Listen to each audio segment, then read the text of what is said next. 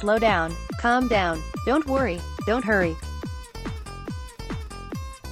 Trust the process. Alexandra Stoddard Heard in the offices across America. I'm so busy and have no time. How is it almost 2019 already? I'll sleep when I'm dead. We're so focused on the next deadline, getting the next promotion, having the approval of our managers and peers alike that we push all the time. Oh, how I can relate. I worked in corporate America commuting into NYC, 2 hours each way, as the VP of marketing at a major media company.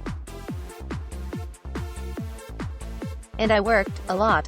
When I wasn't at work, I was running around, checking things off my long to-do list, pretending to be Martha Stewart and always trying to accomplish the next thing. I knew my sense of self-worth was way too wrapped up in how much I could check off my to-do list, and I'd do anything for the approval of my colleagues, but I didn't know any other way. Even though I was getting a lot of things done and getting the recognition I craved, I wasn't that happy. In fact, I was miserable. Then tragedy struck, not once, but twice. In 1998 my sister, Jenny, had a brain aneurysm and suddenly passed away. She was 18. It was a blow like nothing I'd ever experienced before. The day after her funeral, it felt like the energy and effort it took to brush my teeth was equivalent to running a marathon. But somehow I got back in the saddle. I managed my grieving doing what I knew best, working and pleasing people.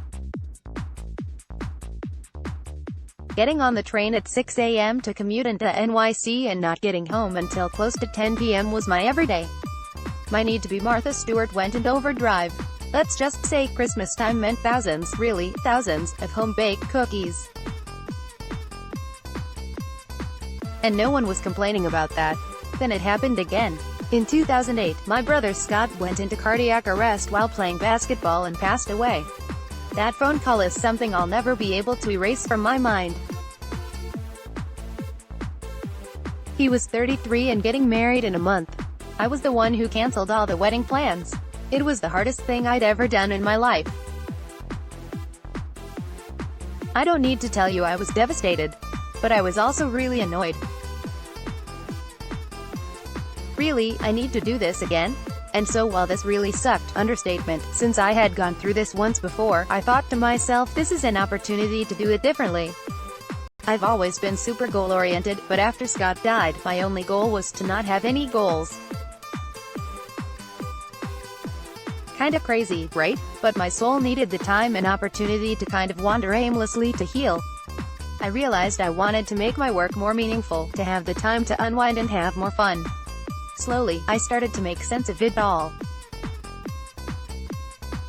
I came out the other side vowing to live my life to the est, something my sister and brother would never have the opportunity to do. That meant laughing a lot, having some great adventures, Paris, skydiving, and doing something meaningful with my life. The first thing I did was to leave work at a reasonable hour. I realized I was working those long hours because I felt like I had to put in the face time to climb the ranks. Can you relate? If I left while everyone else was still at their desks, would they call me a slacker? I decided not to care. I was naturally organized and productive, but now I really fine-tuned those skills so that I could get tons of solid work done during the day. When I walked out the door, I was able to pretty much disconnect from the office. Not all the time, but most of the time. I stopped baking all those cookies too. Hiring a life coach helped me get to the bottom of what was really important to me. It's being surrounded by beauty, doing things passionately, and laughing a lot. While I still love to bake, these days you're more likely to catch me at the bakery. Life is too short to be too busy. I learned this the hard way. You may be thinking, I know. I need to slow down and take stock of what's really important to me, but not until I finish this next project. It's so easy to take time for granted. It's true we can't make more of it, but it always seems to be there for us. Until it's not. So how can you start? 1. Get clear on where you are spending most of your time and more importantly, why. You may be working many hours because you need the money, and that's a valid point, but if you look a little deeper, maybe the money is going to support a lifestyle that you really don't want. No doubt, this is the hard work, so be curious and investigate. This is about self-discovery, not self-punishment. 2. Start to dream about what you'd do if you had all the time in the world. Get specific. What do those days look like? What's so great about them? Why do they make you happy? Add visualization, dreaming, and journaling so you can really see it. 3. Figure out how you can put more of your ideal day into your reality day starting now. Can you leave the office earlier 1 or 2 nights a week? Sign up for a dancing class. Say no to a big project or committee. I used to start my week off with a fresh bouquet of flowers for my desk. It made a difference.